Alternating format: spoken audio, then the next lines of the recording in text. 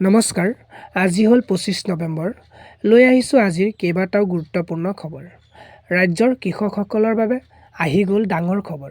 হয়, ৰাজ্যৰ লাখ লাখ কৃষকসকলৰ বাবে আহি গৈছে এটি গুৰুত্বপূৰ্ণ খবৰ। শীঘ্ৰেই প্ৰতিগৰাকী কৃষকে পঞ্জীয়ন কৰিব লাগিব নিজৰ নাম। জিলাই জিলাই চলি আছে এই কাৰ্যসূচী। হয়, যদি আপোনাৰ নাম পঞ্জীয়ন নাই, তেন্তে অতি সোনকালে আপোনাৰ নাম পঞ্জীয়ন কৰাটো বাঞ্ছনীয় হৈ পৰিছে।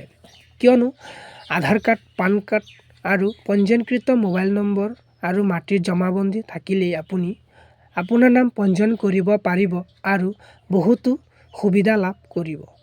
CSC অৰ্থাৎ সাধাৰণ সেৱা কেন্দ্ৰ সমূহতো আপুনি পঞ্জীয়ন কৰিব পাৰিব।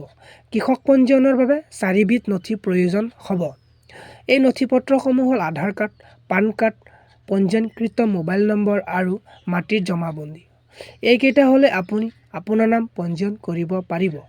এই 4বিধ নথি আপুনি সোনকালে তৈয়াৰ কৰক আৰু এতিয়া আপুনি কৃষক পঞ্জীয়ন হোৱাৰ পিছতে লাভ কৰিব চৰকাৰৰ বহু সুবিধা। হয়, শিৱসাগৰ জিলাখনৰ বিভিন্ন প্ৰান্তৰ ADOৰ যোগাযোগ নম্বৰ মুকলি কৰা হৈছে ইতিমধ্যে। কৃষি বিভাগৰ তৰফৰ পৰাও মুকলি কৰা হৈছে এই নম্বৰসমূহ।